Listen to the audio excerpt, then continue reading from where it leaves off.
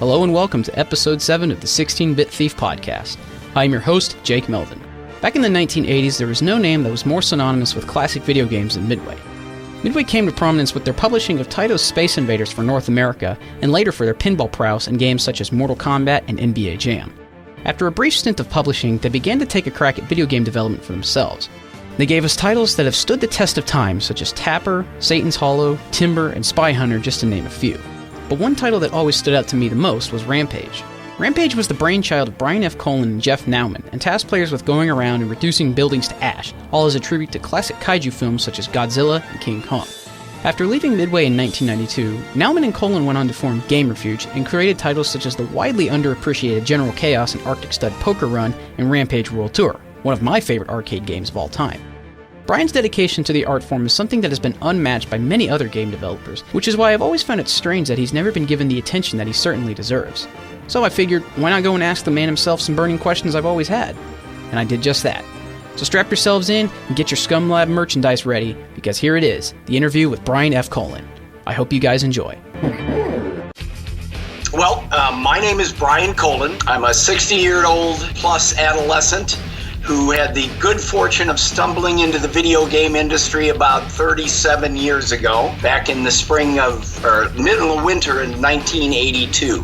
I'm probably best known for a lot of arcade games I did back then, but I've been making games ever since for arcade and console and casino and educational and advertisers and events and what else? Facebook, mobile apps, and just about anything that comes along. But I'm best known for the stuff I did in my early days, because back then I stumbled in at a time when they would let me kind of get away with things I couldn't get away with now.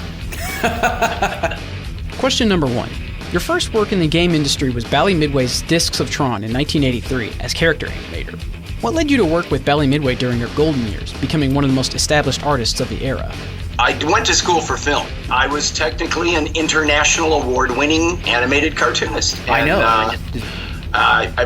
That was a whole lot of fun right out of school. I did that while in school, and went to New York and got a job offering as an animator for working for an animation company, and did the 5-hour in-between test, and then decided I wanted to shoot myself and that I had wasted my life, or the last few years of my life, because nothing was more boring to me than copying other people's art. But while I was out in New York, right before going out, I answered an ad at the Bally Midway company, thinking they had seen my film, and I was thinking they wanted me as a pinball backglass artist, because I have a very unique kind of cartoon style. And turns out the job was to be an animator in video games.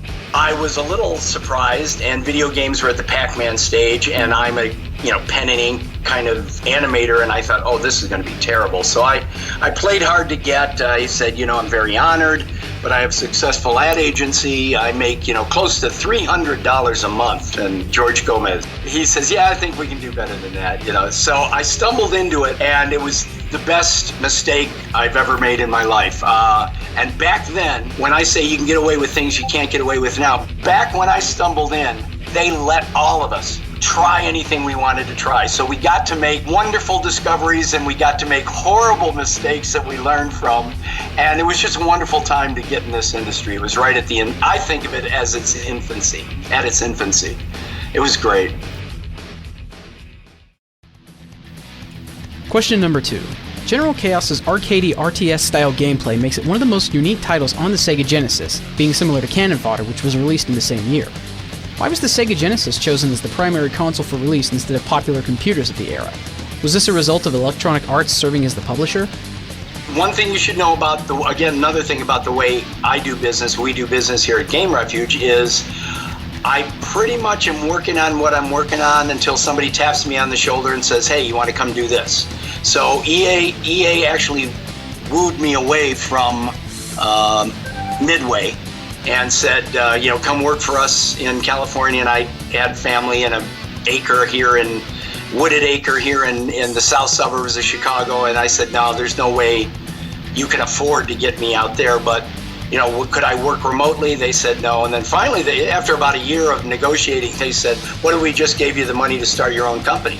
Huh. And I was like, well, okay, I could do that. So that's how Game Refuge came about. Really? But it was all about, from day one, come do a Genesis game for us. And then they wanted to know what kind of thing we were going to do. Was it going to fit in this pigeonhole or this pigeonhole or this pigeonhole? And I talked to, my favorite programmer and pal, Jeff Nauman, talked him into forming Game Refuge with me. We got on a train, went across country. They had never seen the game that we were going to propose. And so we were really going out on a limb. And, we left Midway. And fortunately, they loved it.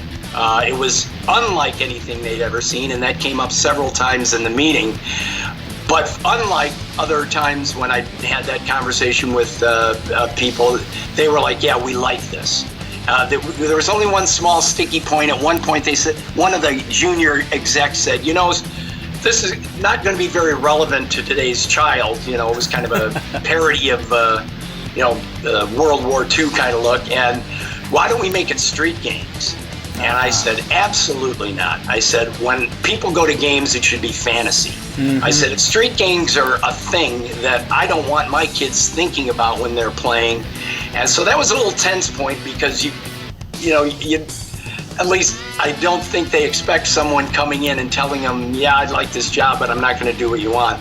But he was only one guy, and everybody else said, yeah, no, go ahead and do General Chaos. And it went on to become their number one non-licensed title for that year, the year that it was released. So it was very gratifying, and it had been kind of a natural progression of what I'd been doing at Midway with some of my games, from all the way back to Sarge and Arch Rivals and Pigskin, controlling a whole anywhere from 2 to 6 people at once.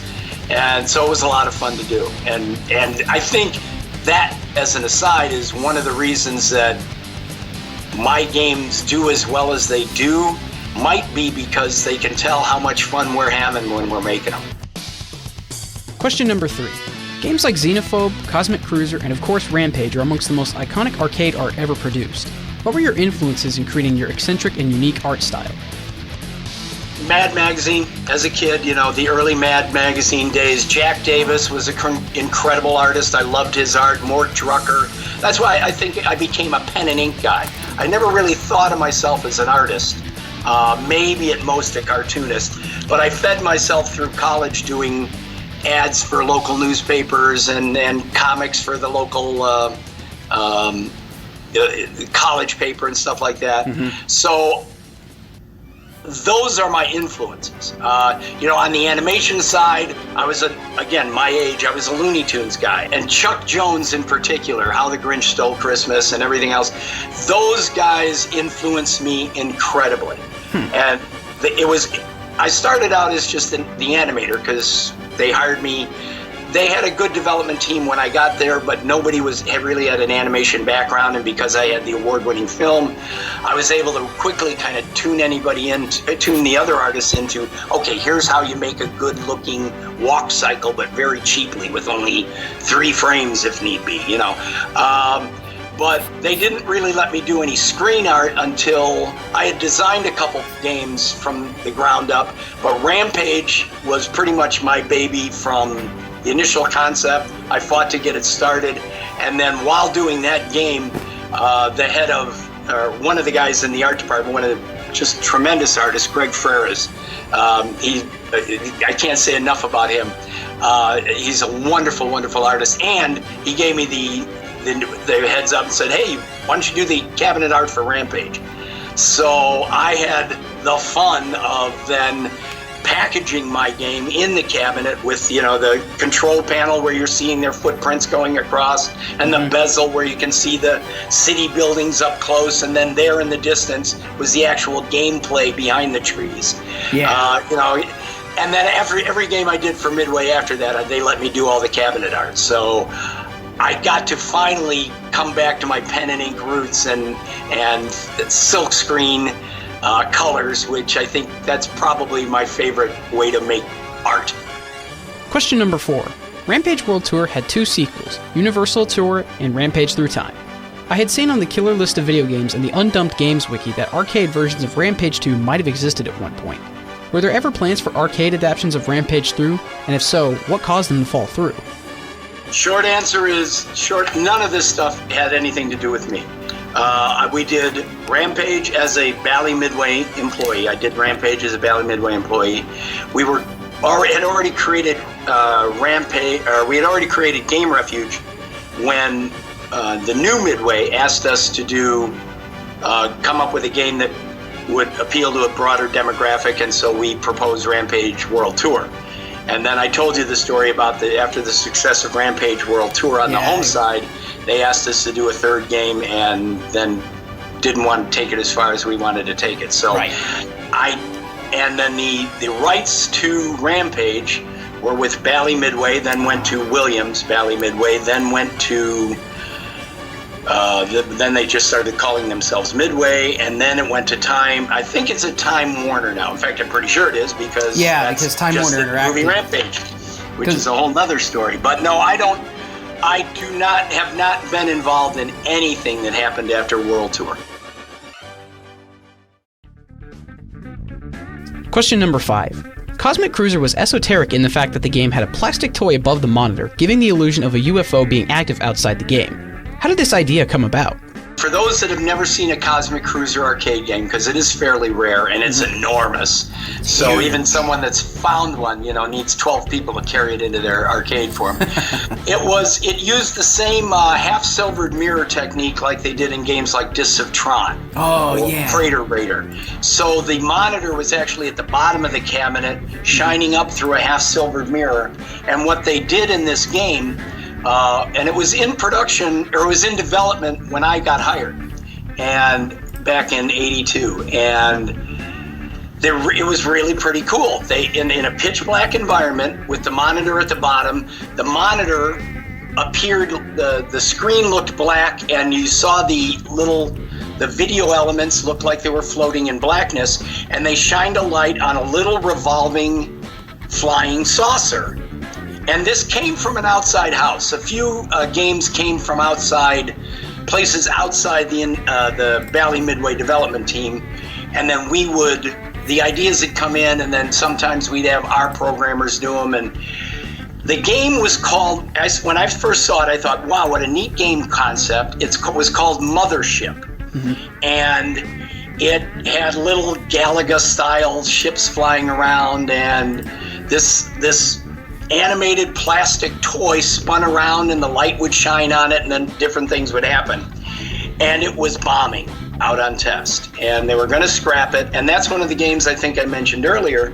I hadn't been there that long, and I drew up some sample characters because coming into this, doing Discs of Tron as my first game, which was realistic, one of the first things I did on my own spare time was, what can I do with cartoony looks? So I came up with a little cartoony character that I called the Cosmic Krooz'r, and I said, can I reskin this game and try it with this? And management left us alone in those days, and the team basically said, yeah, why not? I reskinned the game.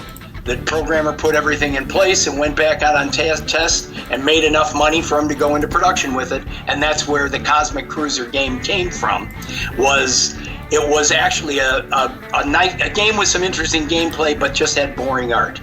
And then management liked Cosmic Krooz'r so much, they decided he was going to be the new Pac-Man. So there was another out-of-house group doing something called, I don't even know what the name was at the time, but they said, okay, we're going to put Cosmic Krooz'r in this game as well.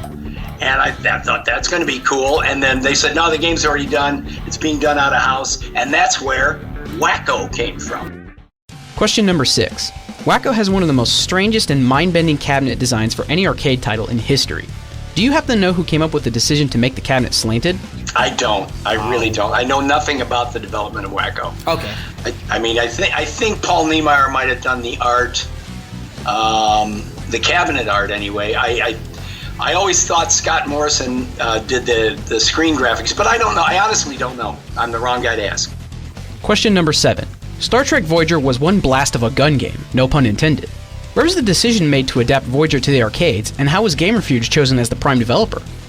We were doing casino games for a group, and one of the people involved in that group came to us and said, hey, I know someone who has the rights to the Star Trek Voyager game, or Star Trek Voyager property.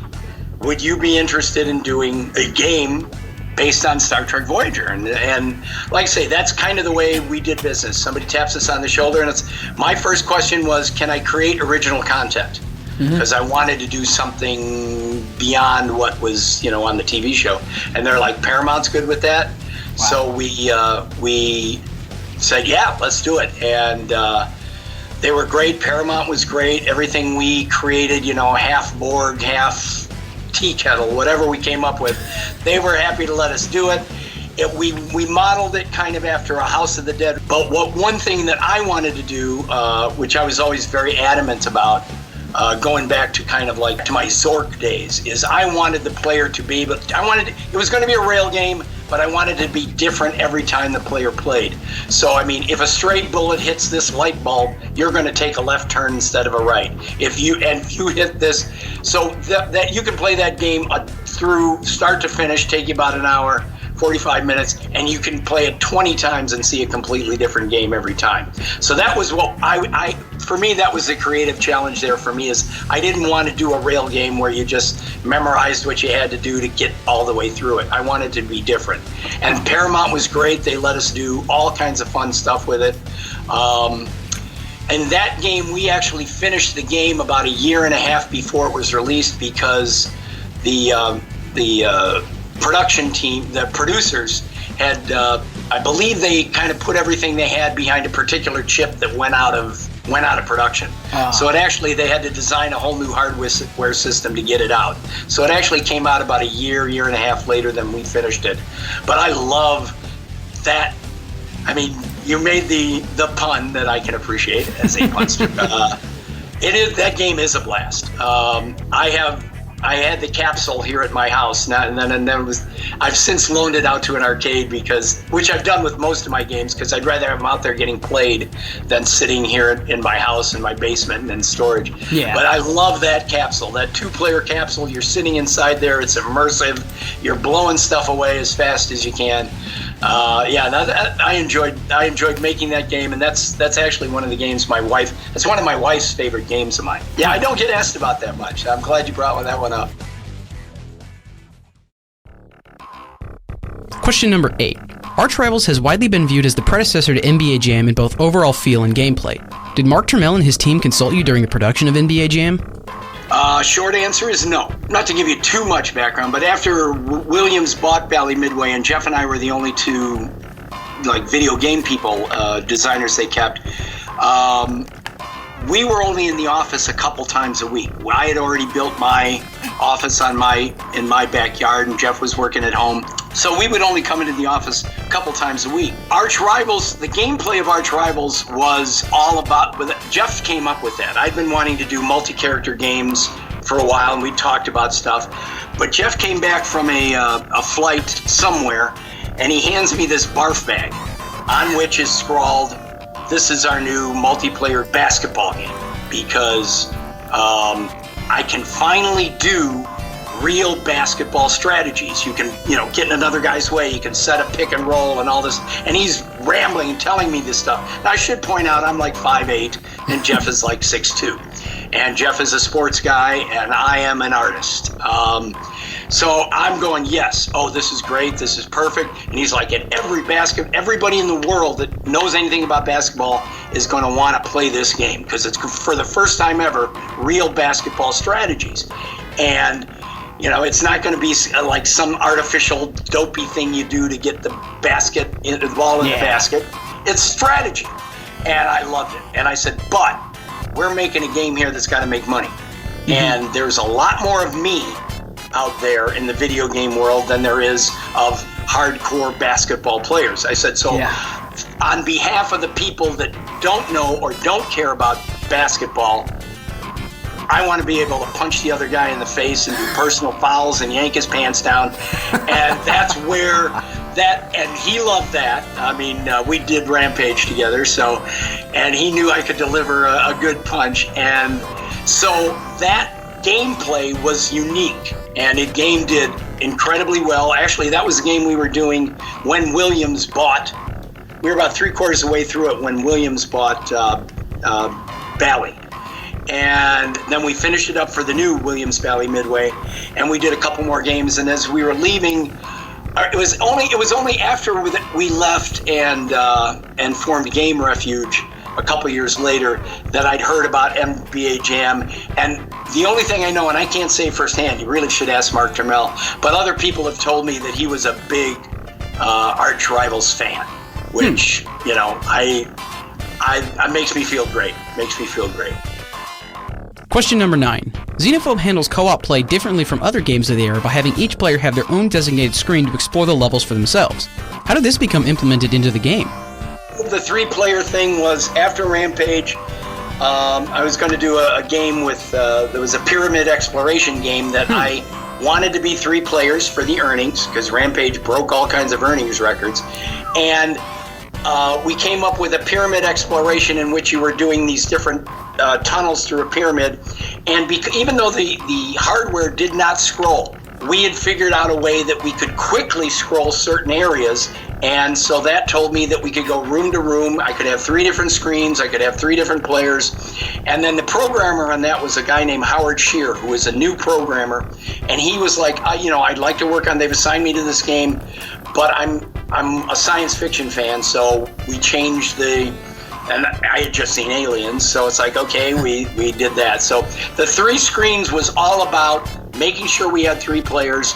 And I've always been again, going back to my Zork days, text adventure, and I did a game called Zwackery, which was like a Dungeons and Dragons adventure. Yeah. I wanted 3 people wandering around, picking up things, figuring out where to use those things for the best advantage. I really wanted to do kind of that sort of game, and this was the perfect vehicle for it. So the 3 screens were simply to allow 3 players to work cooperatively to resolve the issue, which was keeping the spaceship from getting overrun with aliens.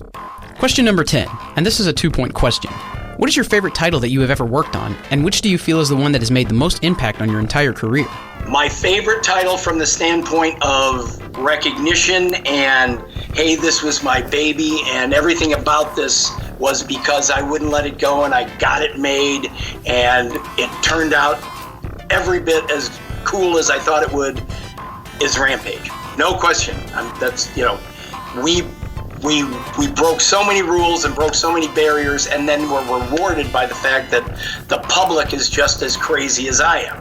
Or at least there's enough of them out there that made the thing possible. However, in terms of working on a game, my favorite game I've ever worked on is a game that no one's ever seen and no one's ever heard of. I think it was a PC game. You can't even play it unless you play it on something older than it's got to be on Windows 7 or earlier. But it was a PC game called Arctic Stud Poker Run, which was the most fun game I've ever worked on. Just because we'd play test for 2 hours every day for the year we were working on it, and it is, for those that don't know, and that's most of you, it was full contact poker on heavily armed rocket sled snowmobiles in a perpetual winter Cthulhu mythos environment. So there's everything from high technology to spell casting to all coming down to, and it's a race game and it's a battle game and no one dies, and there is no way to begin to describe how much fun this game is. But it's a LAN game. It had a very, the LAN world was a short-lived, 4 or 5 year thing, and it was done on the Torque engine, and it was a tremendous game. But I think we only sold like 90,000 copies, that was the most fun game I've ever worked on. So if the word worked on is the important part, it would be Arctic Stud. The underlying thing of everything I do is I want people to play them lots of times, and I want there to always be something new. I want the game to I want you to not need to know anything to play and enjoy the game. Right. But if you want to look for something more, I want there to always be something more. And I had no idea until about a few years ago when I was introduced to the fact that, the gaming conventions and the arcade collectors, I never knew this, that people still remembered it until the last few years. And it's been incredibly gratifying to talk to people like you who not only fondly remember stuff I did that long ago. You have no idea how wonderful that is for me. There is nothing better than hearing from anyone. I watched a guy at a show last weekend. He was playing with his son, and they were playing our tribals, and the son was hysterical because he was kicking his dad's butt, and the dad was just grinning ear to ear. I know they're in my basement. My neighborhood kids know them, but I had no idea that the rest of the world was still hanging on to those memories, and that feels so wonderful. Thank you, and thank every other player and fan out there that continues to keep arcade games alive. Thank you very much, Mr. Colin. Again, thank you for the interview. Great talking to you. And hopefully, if I ever am down in the Chicago area, we can meet up for a drink or two. I'm always good for that.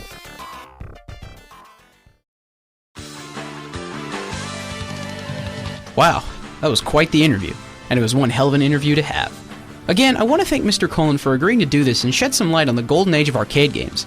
Who would have thought that Xenophobe initially began life as a game with a pyramid exploration theme? I certainly didn't, but what a great thing. That's going to be it for me in this week's episode, and be sure to check in for next time in which I interview former Capcom spryer Katsuya Akitomo, and beyond that, the creator of the Outfoxies, Masateru Umeda. Thanks for listening, and until next time, this is the 16-Bit Thief, signing off.